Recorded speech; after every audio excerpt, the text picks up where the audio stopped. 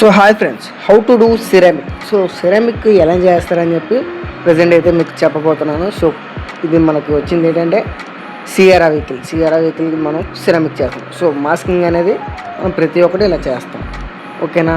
So చూసుకున్నట్టయితే మనం masking చేసుకొని రెడీగా పెట్టుకున్నాం వెహికల్ అనేది. మీకు ఇంకా డీటెయిల్గా చూపిస్తాను. ప్రజెంట్ అయితే బఫింగ్ అనేది ఎలా చేస్తారు ఏంటనేది చూసినట్టయితే మనం సిరామిక్ మిషన్తో ఇలా బఫింగ్ అనేది నీట్గా చేసుకుంటాం.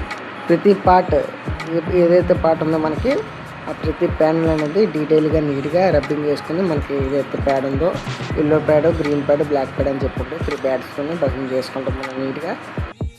ప్రతి ఒక్క పార్ట్ ఇలా మాస్కింగ్ చేసుకొని నీట్గా బఫింగ్ చేసుకుంటాం. మాస్కింగ్ వల్ల యూజ్ ఏంటంటే ఏదైతే మనకి ఐటమ్స్ ఉన్నాయో, ఏదైతే మనకి లబ్బర్ ఐటమ్స్ ఉన్నాయో అవి షేడ్ అవ్వకుండా ఉంటాయి. సో దాన్ని ఏదైతే ఉందో వెహికల్ అనేది మనం ఇంత నీట్గా డీటెయిలింగ్గా చేసాం.